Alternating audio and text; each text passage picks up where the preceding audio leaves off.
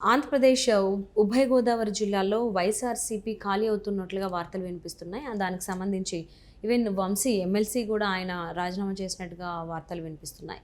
So ఇలాగా ఒకరి తర్వాత ఒకరు వైఎస్ఆర్సీపీ నుంచి బయటకొచ్చి వేరే వేరే పార్టీల్లో జాయిన్ అయ్యేటువంటి అవకాశాలు కూడా మనం వార్తలు చూస్తూ ఉన్నాము. దీనికి సంబంధించి జగన్మోహన్ రెడ్డి కొంతమంది నియమించినట్టుగా కూడా తెలుస్తోంది.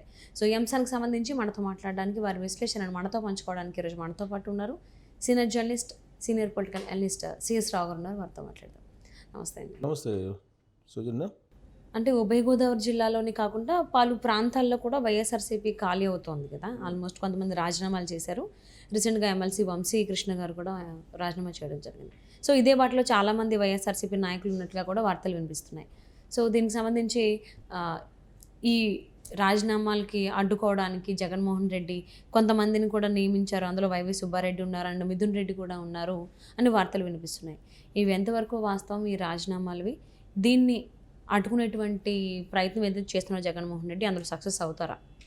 తాజాగా మనం కనుక తీసుకుంటే కనుక తాడేపల్లి క్యాంప్ ఆఫీస్కి అందరూ క్యూ కట్టారు. వైఎస్ఆర్ కాంగ్రెస్ పార్టీకి సంబంధించినటువంటి ఎమ్మెల్యేలు ప్రత్యేకించి ఉభయ గోదావరి జిల్లాలు అలాగే ఉత్తరాంధ్ర జిల్లాల మీద కాన్సన్ట్రేషన్ చేసింది ఇప్పుడు వైఎస్ఆర్ కాంగ్రెస్ పార్టీ. ఎందుకంటే వంశీకృష్ణ ఎమ్మెల్సీ వైఎస్ఆర్ కాంగ్రెస్ పార్టీకి చెందినందులో ఆ పార్టీకి రాజీనామా చేశారు. రాజీనామా చేసి ఎక్కడ చేరారు? జనసేన పార్టీలో చేరారు. జనసేన పార్టీలో చేరి ఆయన ఏమంటున్నారంటే రాబోయేటువంటి రోజుల్లో చాలామంది వైఎస్ఆర్ కాంగ్రెస్ పార్టీని వీడేటువంటి అవకాశం ఉందని చెప్పి ఒక సంచలనమైనటువంటి ప్రకటన చేశారు. ఆల్రెడీ ఉభయ గోదావరి జిల్లాలకు సంబంధించి మార్పులు చేయాలని చెప్పేసి ఇప్పటికే కసరత్తు చేశారు జగన్మోహన్ రెడ్డి. సో ప్రకాశం, గుంటూరు జిల్లాలో 11 మందిని మార్చినటువంటి జగన్మోహన్ రెడ్డి రాబోయేటువంటి రోజుల్లో ఉభయ గోదావరి జిల్లాలో ఉత్తరాంధ్రలో కూడా మారుస్తారని చెప్పేసి తెలుస్తుంది. దానికి సంబంధించి కసరత్తు కూడా తాలేపల్లి క్యాంపస్లో జరుగుతుంది. సజ్జల రామకృష్ణారెడ్డి అలాగే విజయసాయి రెడ్డి వీళ్ళందరూ కూడా ఉన్నారు. వాళ్ళని పిలిపించి మాట్లాడుతూ ఉన్నారు. అయితే ఉత్తరాంధ్రకు సంబంధించి ఉభయ గోదావరి జిల్లాలకు సంబంధించి ఇన్ఛార్జీలుగా ఉన్నటువంటి మిథున్ రెడ్డి అలాగే వైవి సుబ్బారెడ్డి వీళ్ళని కూడా పిలిపించి అసలు ఏం జరుగుతుంది ఉత్తరాంధ్రలో అలాగే గోదావరి జిల్లాలో ఏం జరుగుతుంది అనేటువంటి ఒక కసరత్తు, ఒక పోస్ట్ మార్టం చేస్తున్నారు తాడేపల్లి క్యాంప్ ఆఫీస్ కేంద్రంగా చేసుకొని. దాంట్లో సజ్జల రామకృష్ణారెడ్డి కొద్దిసేపటి క్రితం మీడియా సమావేశం కూడా పెట్టారు. సో మీడియా సమావేశం పెట్టి ఆయన ఏం చెప్పారంటే అసంతృప్తులు ఉన్నాయి కొంతమందిలో, టికెట్ ఇవ్వలేనటువంటి పరిస్థితుల్లో మేము చెప్తున్నాము, కానీ రాబోయేటువంటి రోజుల్లో టికెట్ వస్తుందా రాదా అని ఆందోళనతో కొంతమంది ప్రత్యామ్నాయ మార్గాలు చూస్తున్నారు. ఎవరికి వాళ్ళే ప్రత్యామ్నాయ చూస్తున్నారు. తాజాగా మనం చూస్తే కనుక హోమ్ మినిస్టర్గా ఉన్నటువంటి తానేటి వనిత కూడా సంచలనమైనటువంటి వ్యాఖ్యలు చేశారు. ఏం చేశారు ఆవిడ? సీఎం జగన్ ఆదేశాల మేరకే మీ సేవలు ఇంకా చాలు అన్నట్టు హ్యాపీగా పార్టీకి పనిచేస్తా అంటే మీ సేవలు ఇక చాలు అని చెప్పి చెప్తున్నారంట అందరికీ. ఇంకా చాలు అని చెప్పి చెబుతున్నారు. అలాగే ఒకవేళ కనుక జగన్మోహన్ రెడ్డి మీ సేవలు ఇక చాలు అని చెప్తే హ్యాపీగా నేను పార్టీకి పనిచేస్తాను, ఎవరికి ఎలా న్యాయం చేయాలో జగన్మోహన్ రెడ్డికి తెలుసు అని చెప్పి ఆమె వ్యాఖ్యలు చేశారు. ఇదే వ్యాఖ్యలు రోజా చేశారు, అలాగే గుడివాడ అమర్నాథ్ కూడా చేశారు. ఇలాంటి వ్యాఖ్యలు చేస్తూనే వాళ్ళ పని వాళ్ళ ప్రయత్నాలు వాళ్ళు చేసుకుంటున్నారు. దీంతో పార్టీ ఖాళీ అయిపోతుంది అనేటువంటి ఒక ప్రమాదకర పరిస్థితి ఏర్పడింది. అంటే తిరుగుబాటు వైఎస్ఆర్ కాంగ్రెస్ పార్టీలో కనిపిస్తూ ఉంది. ఇంకొకవైపు అనంతపురం జిల్లాలో కూడా పోస్ట్ మార్టం స్టార్ట్ అయింది. అనంతపురం జిల్లాలో గోరంట్ల మాధవ్ ఎంపీగా ఉన్నారు, హిందూపురం ఎంపీగా.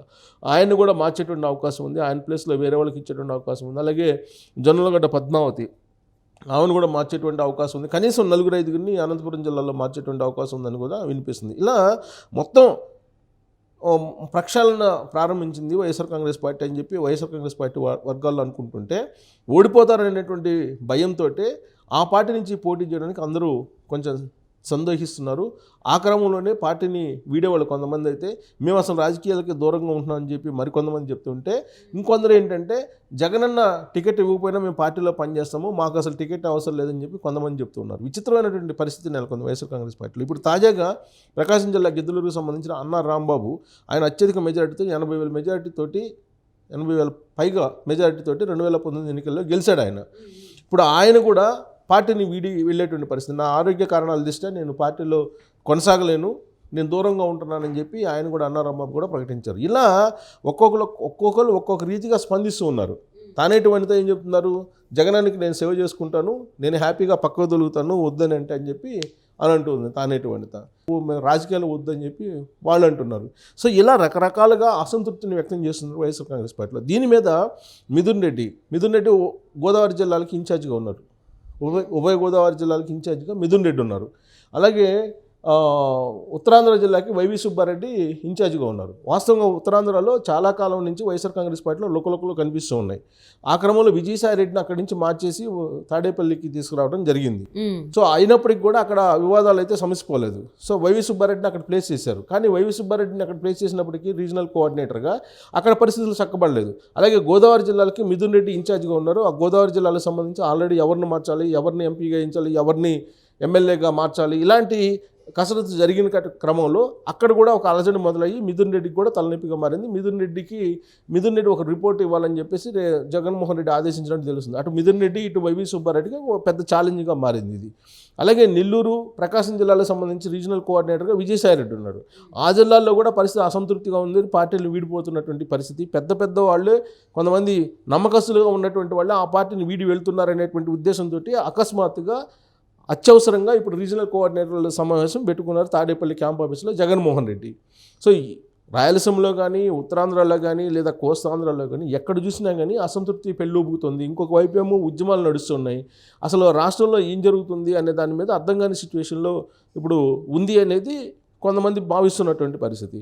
సో ఈ నేపథ్యంలో రాజకీయంగా ఈసారి ఎలాగైనా సరే మళ్ళీ ఛాన్స్ కొట్టేయాలి, మళ్ళీ ఛాన్స్ రావాలి అనేది జగన్మోహన్ రెడ్డి యొక్క లక్ష్యం.